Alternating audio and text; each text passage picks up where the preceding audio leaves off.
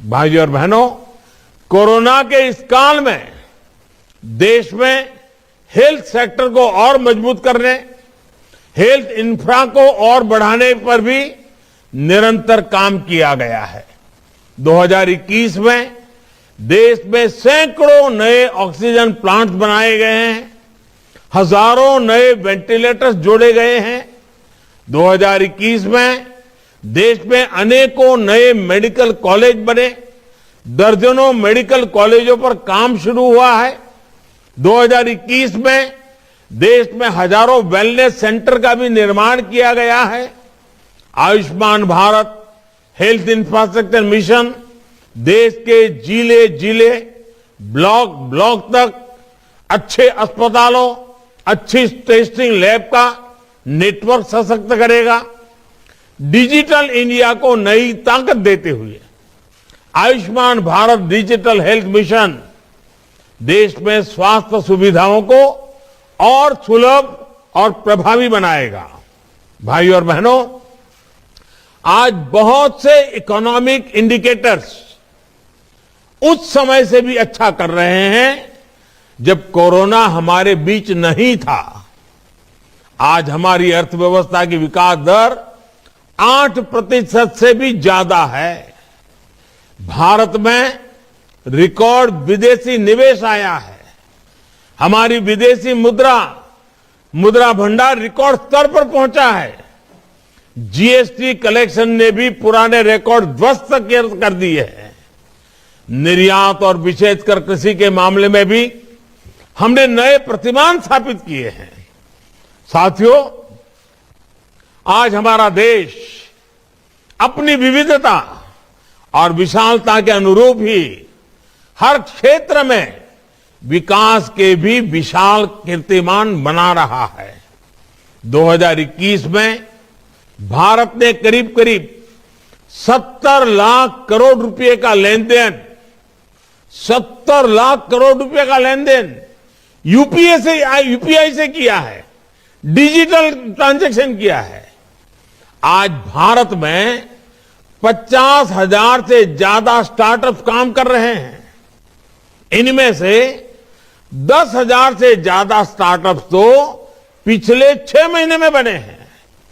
2021 में भारत के नौजवानों ने कोरोना के इस कालखंड में भी 42 यूनिकॉर्न बनाकर एक नया इतिहास रच दिया है। मैं अपने किसान भाई बहनों को बताना चाहता हूं कि एक यूनिकॉर्न ये करीब करीब 7,000 करोड़ रुपए से भी अधिक मूल्य का स्टार्टअप है। इतने कम समय में इतनी प्रगति आज भारत के नौजवान की सफलता की नई गाथा लिख रही है। और साथियों, आज जहां भारत एक और अपना स्टार्टअप इकोसिस्टम मजबूत कर रहा है, तो वहीं दूसरी ओर अपनी संस्कृति को भी उतनी ही गर्व से सशक्त कर रहा है।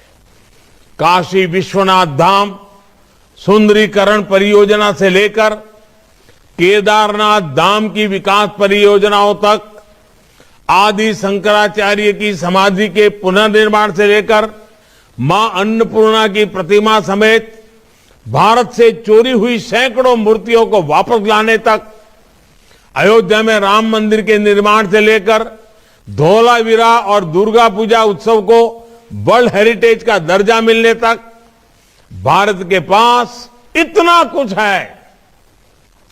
देश के प्रति पूरी दुनिया का आकर्षण है।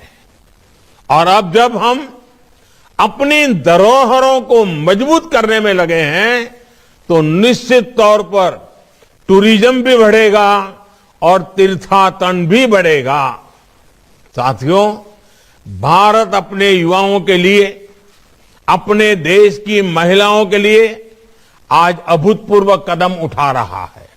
2021 में भारत ने अपने सैनिक स्कूलों को बेटियों के लिए खोल दिया।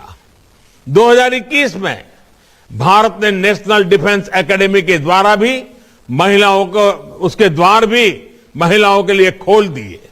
2021 में भारत ने बेटियों की शादी की उम्र को 18 से बढ़ाकर 21 साल यानी बेटों के बराबर करने का भी प्रयास शुरू कर दिया। आज भारत में पहली बार पीएम आवास योजना की वजह से करीब करीब 2 करोड़ महिलाओं को घर पर उनका मालिकाना हक भी मिला है। हमारे किसान भाई बहन हमारे गांव के साथी समझ सकते हैं कि कितना बड़ा काम हुआ है। साथियों, 2021 में हमने भारतीय खिलाड़ियों में एक नया आत्मविश्वास भी देखा है। भारत में खेलों के प्रति आकर्षण बढ़ा है।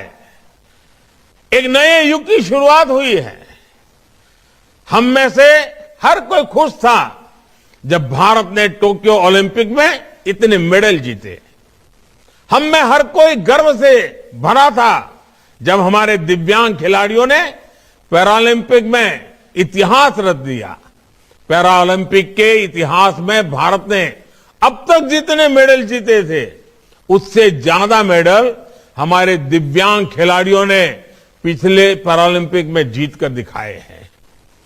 भारत आज अपने स्पोर्ट्स पर्सन्स और स्पोर्टिंग इंफ्रास्ट्रक्चर पर जितना निवेश कर रहा है उतना पहले कभी नहीं किया गया। कल ही मैं मेरठ में एक स्पोर्ट्स यूनिवर्सिटी की शिलान्यास करने भी जा रहा हूं। इंडिया टीवी हर वक्त हर जगह डाउनलोड करने के लिए सर्च करें India TV news Google play store या ऐप स्टोर पर।